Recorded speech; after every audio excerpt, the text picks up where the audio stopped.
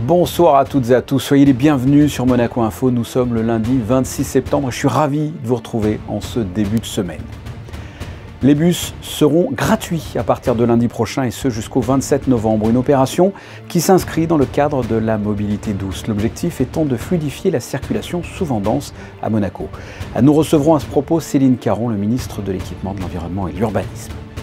Retour sur les 27e journées européennes du patrimoine. Nous irons sur le Rocher pour vous faire découvrir les trésors connus ou méconnus de Monaco. Les commémorations du centenaire de la disparition du prince Albert Ier se poursuivent. Dernier événement en date, un colloque qui a eu lieu au musée océanographique ce week-end. Nous recevrons un des intervenants, le comédien Charles Berling, qui a lu un livre écrit par le prince Albert Ier. La saison de l'Orchestre Philharmonique de Monte-Carlo a débuté en beauté avec le concert d'ouverture samedi dernier au Grimaldi Forum, avec comme invité de marque le prodige Daniel Lozakovitch au violon. Et enfin, le réseau d'art contemporain des Alpes et de la Riviera, que l'on appelle Botox, a posé ses valises en fin de semaine dernière en Principauté pour un festival baptisé Les Visiteurs du Soir. Nous nous sommes attardés dans un reportage sur un rendez-vous au nouveau Musée national de Monaco. Comme je l'ai dit dans les titres, on retrouve tout de suite Céline Caron à propos de la gratuité des bus dès lundi. Et même plus largement, nous allons parler de l'ensemble des actions menées pour fluidifier la circulation. Céline Caron, bonsoir. Bonsoir Fabien. Je viens de l'évoquer, les bus seront gratuits à partir de la semaine prochaine. Quel est tout simplement le concept, l'objectif? L'objectif, c'est surtout la thématique de la mobilité, qui est une thématique beaucoup plus large, dans laquelle le bus concourt à cette question de la mobilité, question sociétale. C'était un sujet qui avait fait l'objet d'un nombreux débats par le passé, et je pense qu'aujourd'hui, le gouvernement, dans cette question de la mobilité, des tests, a souhaité lancer cette campagne d'expérimentation. Donc pendant 2 mois, du 3 octobre prochain jusqu'au 27 novembre, le bus sera gratuit. Pourquoi? Pour essayer de remettre ce débat au cœur de notre société et de pouvoir un petit peu déclencher des réflexions du comportement des usagers. Est-ce que je prends le bus? Est-ce que je prends ma voiture? En enlevant un levier qui est celui du je paye.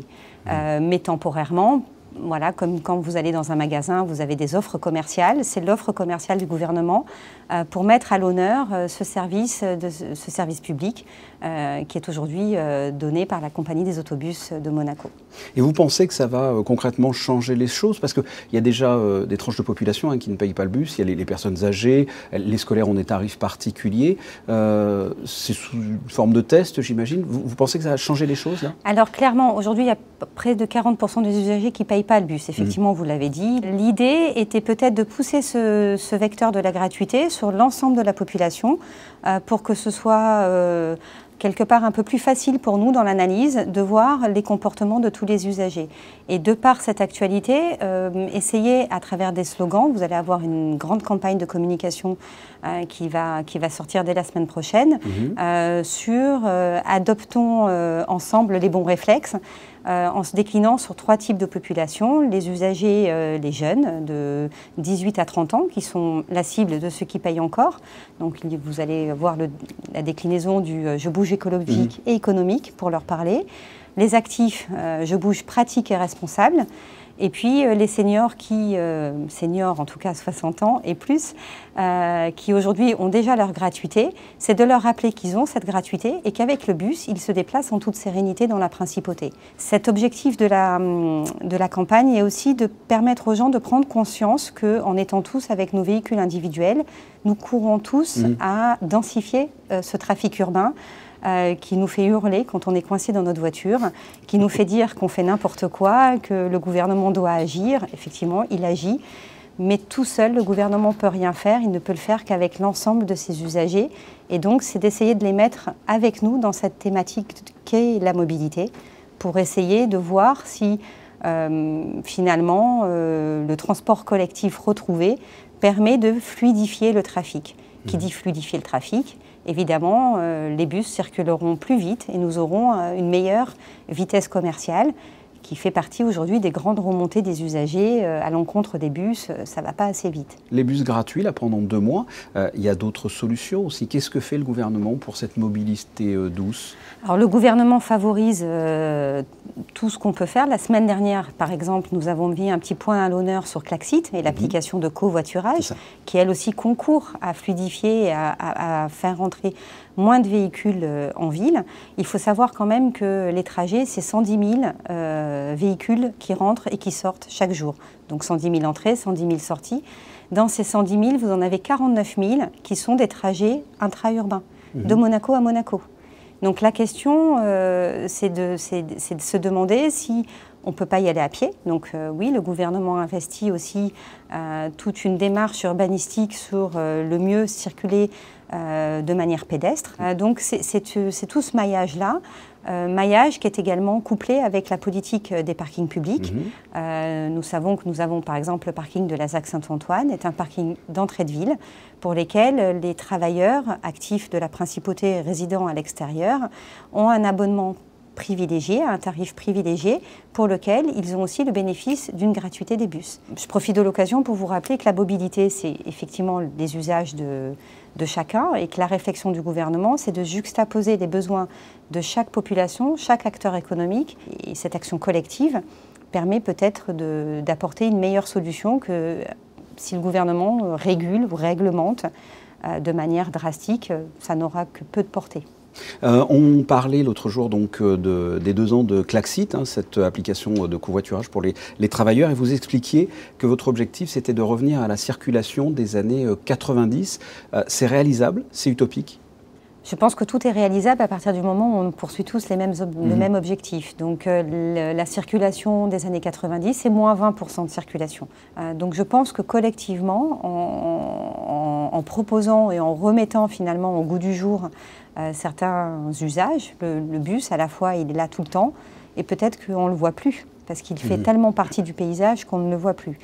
En enlevant ce principe de payer son bus, c'est permettre aussi aux conducteurs de bus d'être plus à l'écoute des usagers et des besoins des usagers pour prochainement et rapidement se remettre en cause avec la compagnie des autobus sur la circulation des bus et peut-être prévoir d'autres itinéraires parce qu'on se rend compte que la population a besoin de certaines choses qui n'est peut-être plus ce qui était écrit aujourd'hui dans les itinéraires que nous connaissons sur les lignes habituelles. Je le rappelle donc, les bus gratuits du 3 octobre au 27 novembre. Céline Caron, merci. Merci à vous.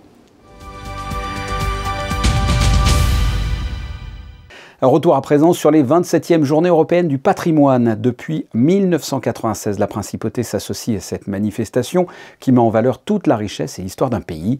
Émilie Rousseau a choisi Le Rocher pour vous faire découvrir les trésors connus ou méconnus de Monaco. Voyez son reportage réalisé avec Lionel Bernardi et Louis Borgia. Chaque année, le temps d'un instant, les pays dévoilent leur richesse et leur part d'inconnu lors des Journées européennes du patrimoine. À Monaco, une 50aine de lieux étaient mobilisés pour cette 27e édition. Livrés en main, nous sommes donc partis à la visite de ces sites d'exception et des édifices habituellement fermés au public. Premier arrêt, la résidence du ministre d'État qui ouvre ses portes au public une fois par an à l'occasion justement de la journée du patrimoine. On y découvre un bâtiment de 1894 offrant une vue imprenable sur le port Hercule. Ça a une âme, la pièce principale avec les lustres magnifiques. Tout est très beau. C'est beau, ouais, c'est très soigné. Et, maintenant, si on le voit à la télévision, on peut dire on a été là. À quelques pas de là, il y a foule sur la place du Palais Princier. Après 2 ans de travaux, les grands appartements accueillent de nouveau du public. On nous annonce une 30aine de minutes d'attente. Timing parfait, la relève de la garde nous fera patienter avant de pouvoir admirer les fresques datant de la Renaissance italienne et d'explorer les différentes salles. Les visiteurs sont conquis. Que ce soit les pièces de monnaie, les tableaux, les différents écrits, les bulles papales et autres, très impressionnant. Et la qualité des travaux qui ont été faits, félicitations. Vous voulez voir le travail des fresques, surtout les travaux d'Hercule. Voilà. Donc on s'est plongé dans nos livres de mythologie hier pour bien nous remettre dans les détails. Puis nous nous sommes intéressés au service central des archives et de la documentation administrative. Un tout nouveau service qui participe aux Journées européennes du patrimoine pour la première fois. Derrière ce nom se cachent 11 000 boîtes d'archives retraçant l'histoire contemporaine de la principauté. C'est pour ainsi dire la mémoire de l'État. On va y trouver toutes sortes de documents depuis surtout depuis le début du XXe siècle, 1911, depuis la Constitution. Et on a aussi un peu de documents du XIXe siècle qui ont été en fait conservés dans les services jusqu'après 1911 et qui ont été ensuite versés au SCADA ou au service d'archives centrales qui était son prédécesseur après 1911. Cette journée était aussi l'occasion de mettre en valeur l'un des patrimoines les plus forts qui marque l'identité du pays, la langue monégasque avec la chorale Uncantindaroca. Et parmi la cinquantaine de lieux ou d'institutions à découvrir pour cette journée européenne du patrimoine, l'association de Fil en Aiguille a présenté à l'Hôtel de Paris une exposition de ses plus belles pièces brodées. Et parmi les visiteurs et visiteuses, la présidente d'honneur de l'association de Fil en Aiguille, qui n'est autre que son Altesse Royale, la princesse de Hanovre. Les commémorations du centenaire de la disparition du prince Albert Ier se poursuivent. Ce week-end avait lieu un colloque au musée océanographique. Son thème, les carrières d'un prince, vie et territoire d'Albert Ier de Monaco. De nombreux intervenants se sont succédés pour mettre en lumière les différentes facettes de celui qui régna sur Monaco de 1889 à 1922. L'acteur Charles Berling a été l'un des invités de marque de ce colloque. Il a notamment lu un livre écrit par le prince Albert Ier. Il est notre invité ce soir. Il est interviewé par Émilie Rousseau. Bonsoir Charles Berling. Bonsoir. Prince savant, prince navigateur, prince humaniste, prince mécène, nombreux sont les qualificatifs pour évoquer le règne du prince Albert Ier. C'est un personnage dont vous avez découvert l'ampleur de l'action à la faveur de cette année de commémoration ? Oui, tout à fait. J'ai découvert mieux un personnage que je connaissais mal, à vrai dire. Et comme vous le dites, il a agi sur plusieurs fronts. Et depuis plusieurs années, là, avec la scène nationale que je dirige à Toulon, on travaille avec le musée océanographique de Monaco et c'est à cette occasion que j'ai pu comprendre l'énorme travail qu'il a fait en tant qu'océanographe et ça rajoute, disons, vraiment une corde à son arc et pas des moindres. Qu'est-ce qui vous l'a le plus surpris ou que retiendrez-vous du prince Albert Ier ? Je vous assure que ça me rappelle quand j'ai travaillé sur Magellan ou sur des grands découvreurs comme ça, des pionniers, où j'avais eu la chance de jouer Pierre Curie, par exemple. Et donc, à la fin du 19e et au début du 20e, de voir ces scientifiques, le courage qu'ils avaient, la curiosité, comme vous le dites, c'est un humanisme profond, un humanisme qui raconte qu'à travers la science, eh bien, on peut mieux découvrir le monde et au fond, mieux le respecter. Oui, vous aviez aussi découvert le prince Albert Ier sous son règne de prince pacificateur. Vous aviez d'ailleurs prêté votre voix pour le documentaire Un combat pour la paix. Ah oui, pour moi, c'est l'année Albert Ier, c'est clair. Donc, j'ai maintenant beaucoup d'affection pour ce prince et c'est vrai que, comme beaucoup, je pense, qui le découvrent, eh bien, parce qu'on se souvient plus des caricatures sur la roulette, sur le casino, et on s'aperçoit que c'est beaucoup plus que ça, donc ça fait vraiment plaisir. Et je crois qu'aujourd'hui, d'autant plus, vu l'urgence qu'il y a à travailler sur la sauvegarde des océans, eh bien, son travail est particulièrement, cet esprit pionnier est particulièrement précieux et il faut raconter ça. Il faut raconter à quel point on peut être émerveillé comme il l'a été par les fonds marins. Et vous êtes sensible à son message, au message également du prince Albert II en faveur de la protection de l'environnement. C'est un thème qui vous est cher également. Je suis très heureux que Albert II reprenne cette dimension humaniste, cette dimension, au fond, cette foi dans l'avenir. Donc ce travail, ce combat pour la sauvegarde des océans. Et c'est vraiment, c'est beau justement que le prince Albert II, qui porte le même prénom, eh bien, soit à ce point à la pointe de ce combat. Et vous vous trouvez d'ailleurs dans le temple de la mer. Oui, le musée océanographique, c'est un musée qui est très, très accueillant, très chaleureux.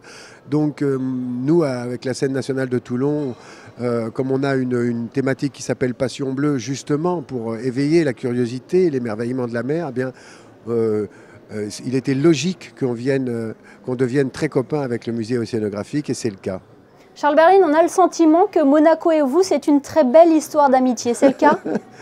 Oui, c'est vrai, je trouve cette principauté qui est pas loin de chez moi, eh bien, au fond, elle a des aspects extrêmement sympathiques, et surtout, je trouve ça beau que Caroline, Albert, Charlotte aussi, enfin ceux que je connais le mieux, eh bien, profitent, disons, de leur situation, profitent de leur pouvoir pour faire avancer des choses comme la culture, comme l'océanographie ou la sauvegarde de l'environnement. Vous êtes extrêmement sollicité, j'imagine, et toujours sur tous les fronts. Quelle est votre actualité de cette rentrée, Charles?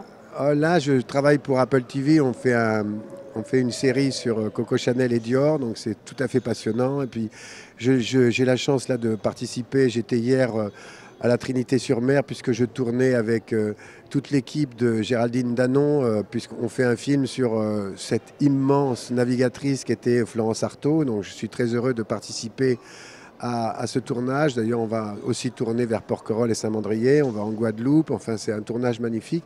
Et surtout, ça célèbre une femme navigatrice d'un courage phénoménal dans ce monde très masculin. Et puis, je suis sur d'autres... Enfin, évidemment, je m'occupe de ma scène nationale avec beaucoup de passion. Et puis, je travaille également sur 3 pièces de théâtre. Enfin, même 4. Et pourquoi pas un film aussi sur le prince Albert Ier pour faire connaître au grand public le prince qu'il était? Oui, pourquoi pas, je crois que c'est un très beau sujet. Enfin, moi, quand j'ai découvert le livre, c'est du Jules Verne, quoi. C'est extraordinaire. On est comme des enfants à suivre le récit d'Albert Ier à travers les océans, ses combats, ses naufrages presque, ses découvertes, son émerveillement absolu. Et je pense qu'il est bon de raconter des histoires sur tout ce qui a été les prémices de ce qu'on vit aujourd'hui sur la découverte de l'océan, qui est loin d'être fini. Eh bien, merci beaucoup, Charles Berling, de nous avoir fait l'honneur d'être avec nous ce soir sur Monaco Info. Merci. Ça me fait très plaisir. Merci beaucoup. Vous l'avez entendu, pourquoi pas donc un film avec Charles Berling consacré au prince Albert Ier? L'idée est lancée. Le Grimaldi Forum a accueilli ce samedi dans la salle des Princes Archicomble le concert d'ouverture de la saison de l'Orchestre Philharmonique de Monte-Carlo. Un concert dirigé sous la baguette du directeur artistique musical Kazuki Yamada, avec en soliste le prestigieux violoniste Daniel Lozakovich. Reportage de José Sacré, Lionel Bernardi et Louis Borgia.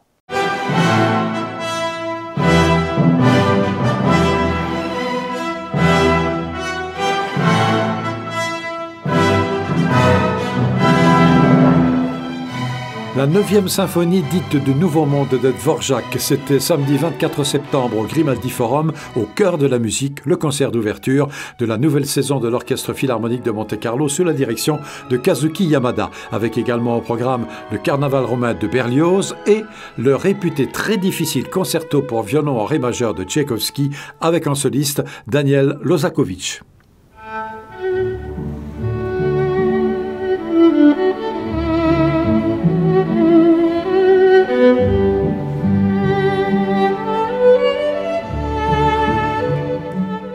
Is still 21 years old. Oh my God.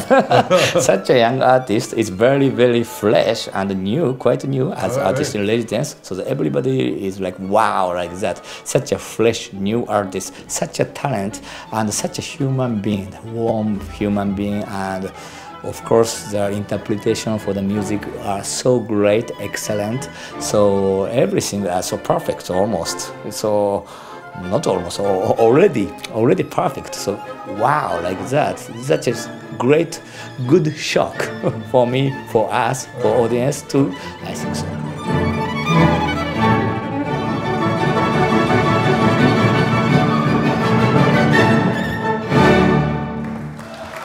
Après ce triomphe au Grimaldi Forum, Daniel Lozakovich, choisi comme artiste en résidence par Kazuki Yamada, reviendra jouer à Monaco le 6 novembre prochain, le 5 mars, et dans la cour d'honneur du Palais Princier. En attendant, l'Orchestre Philharmonique de Monte-Carlo est actuellement en Slovaquie et participe au Festival de musique de Bratislava. On passe à un autre style et un autre festival. Vendredi dernier marquait le début d'un festival d'art contemporain qui a choisi cette année Monaco comme destination. À cette occasion, le public était invité à se rendre dans de nombreux sites, dont le nouveau Musée national de Monaco qui a organisé sa dernière nocturne d'été. Sarah Monnier et Orazio Gaggino étaient présents. Voyez le reportage. Ce week-end avait lieu dans tout Monaco le festival d'art contemporain Les Visiteurs du Soir. Pendant 3 jours, les visiteurs étaient libres d'arpenter librement et gratuitement une dizaine de lieux. Exceptionnellement, certains étaient même visitables de nuit, comme l'exposition Excentrique Bébé au NMNM. C'est une exposition qui a connu un vif succès auprès des amateurs d'art et d'art contemporain et d'art décoratif, puisque la personne de Christian Bérard est plus connue chez les amateurs d'art contemporain et aussi d'art décoratif. Et un large public touristique qui est aussi venu découvrir cette figure qui leur était inconnue jusque-là et qui ont eu le plaisir de pouvoir découvrir à l'occasion de cette exposition. Mis en place par le réseau d'art contemporain Botox, le festival se développe dans d'autres villes de la région et assure la diffusion et la promotion de l'art pour tous. C'est vraiment un réseau aujourd'hui très important et ce que je trouve vraiment formidable, c'est qu'il rassemble et réunit autant de grandes institutions comme le MAMAC, la Villa Arson, ici des musées de Monaco, mais aussi des initiatives un peu plus associatives d'artistes. Et tout ça, ça fait un réseau extrêmement vivant et contemporain. Mais c'était aussi l'occasion de découvrir ou de redécouvrir l'exposition Excentrique Bébé de Christian Bérard. Le travail de l'artiste disparu en 1949 attire toujours. Ce que je retrouve dans l'exposition, c'est la liberté de faire, l'intensité des couleurs et des juxtapositions improbables, mais qui ont un fort pouvoir d'émotion. Enfin, en tout cas, je redécouvre tout ce travail avec beaucoup de fraîcheur, finalement. J'aime beaucoup l'éclectisme qu'il y a dans son travail, qui peut être aussi super détaillé, super bien travaillé, comme dans les peintures qu'on voit dans l'autre salle. Et pour ceux qui souhaitent voir l'exposition, vous avez encore jusqu'au 16 octobre 2022 pour vous y rendre. C'est noté. Parlons un peu de sport. En basket, la Roca Team a bien entamé le début du championnat de France avec une première victoire samedi face à Nanterre. Deuxième match de Betclic Elite demain, mardi, toujours à l'extérieur à Nancy à 20h. Sachez d'ailleurs qu'une page du JT de demain sera consacrée aux travaux de la salle Gaston Médecin, travaux effectués cet été pour accueillir comme il se doit l'Euroleague. Et en tennis, un 4e titre ATP pour le représentant monégasque de Coupe Davis. Hugo Nys a remporté en double avec Jan Zielinski le Moselle Open en battant en finale leur adversaire en 2-7, 7-6, 6-4. Un point météo à présent avec vous, Vanessa Dessy, bonsoir. Bonsoir Fabien, bonsoir à tous. Eh bien, le ciel sera dégagé, le soleil restera bien présent sur le territoire durant toute la journée. Les températures seront légèrement en baisse, elles iront de 12 à 22 degrés. Le soleil se lèvera à 7h21 et se couchera à 19h21 et nous fêterons les Vincent de Paul. Saint Vincent de Paul, né à la fin du XVIe siècle dans les Landes, il repose dans la chapelle des Lazaristes à Paris, dans le 6e arrondissement. Merci Vanessa. Les photos de fin de journal de Stéphane Dana sont consacrées aujourd'hui au concert d'ouverture de l'Orchestre Philharmonique de Monte-Carlo, dont on a parlé dans cette édition. Ce journal est terminé. On se retrouve avec un grand plaisir demain à 19h. En attendant, passez une excellente soirée. Au revoir.